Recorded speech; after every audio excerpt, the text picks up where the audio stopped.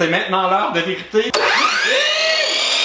Salut, c'est PL Cloutier, bienvenue sur ma chaîne Bricolage! Aujourd'hui, je suis dans le garage chez mon père parce que si vous êtes venu au Oh My Fest, vous avez vu que j'ai joué à mon jeu préféré, le Jenga du malaise. Mais pour que ce soit plus le fun, j'ai fabriqué une version de Jenga géante. Là, je parle au passé parce que vous allez voir la vidéo après le Oh My Fest, mais là, on est avant le Oh My Fest, puis j'ai pas encore fabriqué mon Jenga géant, puis je sais pas comment je vais faire. Ça fait que j'ai demandé à mon père si je pouvais y emprunter son garage puis ses outils pour fabriquer le Jenga du malaise en mode do it yourself. Mais à quoi bon faire un DIY si c'est pas en buvant un bon verre d'eau avec de la glace? Pour deux raisons. Parce qu'il fait 1 million de degrés en ce moment, puis il y a comme une scie, puis moi j'ai vraiment peur de l'utiliser, fait que je veux surtout pas avoir bu de l'alcool, c'est pour que j'utilise la scie ronde. Ça fait que je vais boire le bon verre d'eau. Cheers!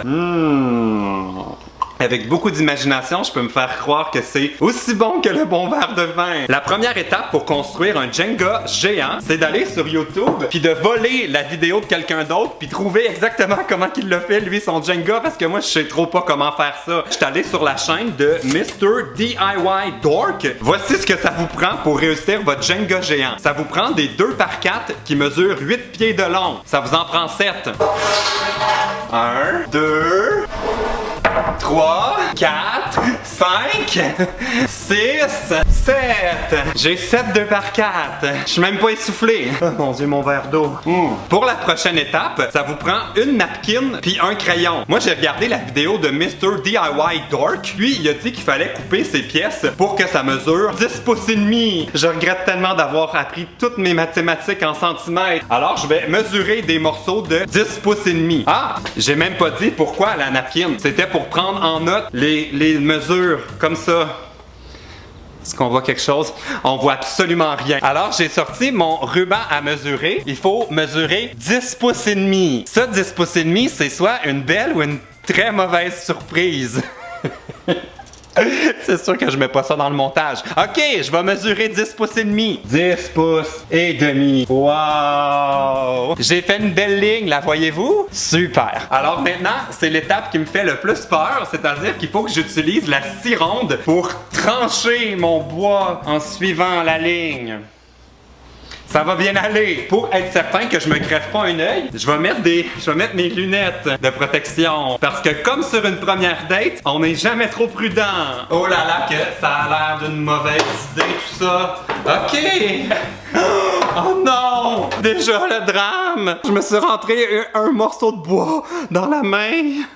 Là, je me rends compte que mon morceau de bois est trop lourd pour que je puisse couper juste le bout. Ça fait que je vais tracer d'autres lignes. Comme ça, je vais pouvoir juste le laisser en équilibre au milieu, comme ça. Parce que le morceau de bois, c'est comme une date Tinder. On aime ça qu'il soit un peu équilibré. Bon, je vais aller chercher mon ruban à mesurer. Et voilà. J'ai tracé mes lignes. C'est maintenant l'heure de vérité.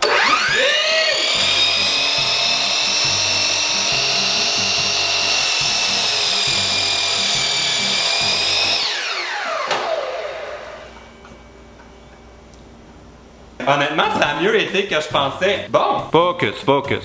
Regardez-moi ça, si c'est pas bien scié, rien qu'un peu. C'est droit. Bon, maintenant il me reste 53 morceaux à faire comme ça. Yeah!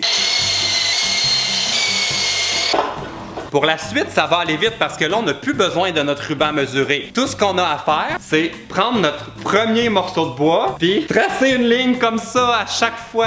Comme ça, on va avoir des morceaux qui ont toute la même longueur. Prochaine étape.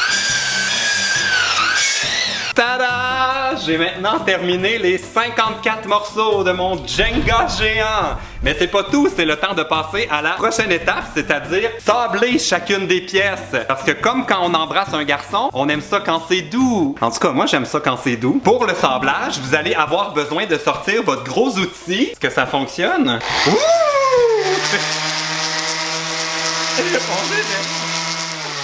Ok, wow! Il est impressionnant, mon gros outil. Alors, pour passer à la prochaine étape, nous allons avoir besoin de notre morceau de bois que nous allons mettre comme ça dans... Oh, je vais baisser parce que là, on voit pas. Il faut insérer notre pièce de Jenga dans cette affaire-là, sur le comptoir. Je sais pas c'est quoi le nom. Ensuite, nous avons besoin d'équiper notre gros outil avec une feuille de... Pourquoi je parle en débile? Ça prend une feuille grade 80 pour sabler nos pièces. Je vais mettre mes lunettes de protection parce qu'on n'est jamais trop sécuritaire avec un gros outil. J'ai vraiment aimé ça, jouer avec mon gros outil. Il me reste à faire ça avec mes 53 autres pièces. Mon Dieu, ça va me prendre une éternité. C'est parti! Jenga du malaise géant, j'aime ça. Je suis de bonne humeur.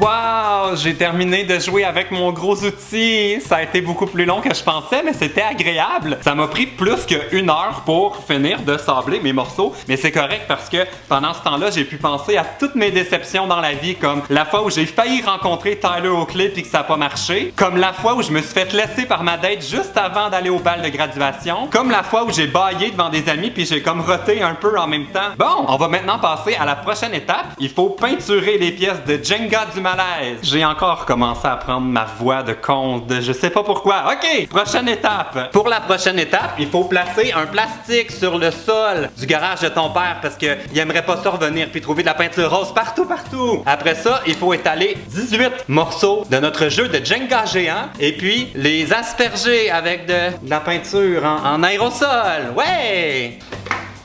Oups, on a un petit problème. Je sais pas ce qui se passe. Il n'y a pas le bouton pour appuyer. Il y a juste la canne. Ça fait qu'on ne mettra pas de rose. On va faire nos pièces jaunes à la place. Ah! Et voilà, c'est le morceau qu'il manquait. Wow! Et voilà, ce qui est le fun avec la peinture en aérosol, c'est qu'on en met autant sur nos morceaux de Jenga qu'on en respire. Alors maintenant, il faut attendre que nos pièces sèchent. C'est le fun, le Jenga du malaise. Peut-être que le rose sèche plus vite. Qui sait? Pendant que nos pièces vertes sèchent, on va faire nos pièces mauves. Parce qu'on n'a pas rien que ça à faire, attendre que la peinture sèche. Non!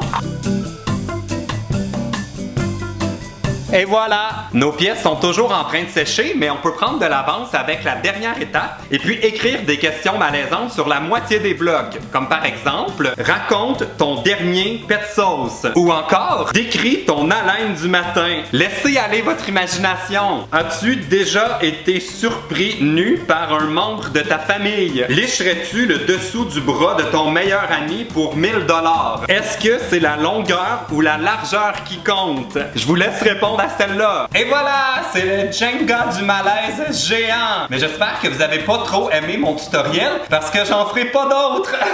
Ça a clairement été plus long à faire que je pensais. Si vous avez des idées de questions malaisantes, vous me les écrirez dans les commentaires pour que je puisse les ajouter sur les pièces pendant que mon Jenga du malaise continue de sécher. Bon, et si vous avez aimé la vidéo, vous donnerez un thumbs up. Et puis si vous n'êtes pas encore abonné à ma chaîne, abonnez-vous. Ok, salut.